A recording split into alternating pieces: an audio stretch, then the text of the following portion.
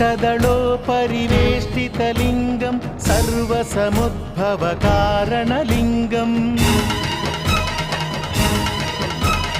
अष्टदरिद्रविनाशनलिङ्गं तत्प्रणमामि सदा शिवलिङ्गम्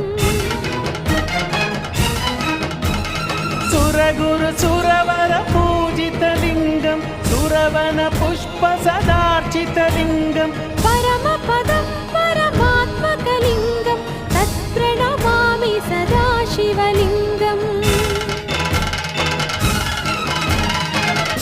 लिङ्गाष्टकमिदं पुण्यं यः पठेच्छिव सन्निधौ शिवलोकमवाप्नोति शिवेन सह मोदते।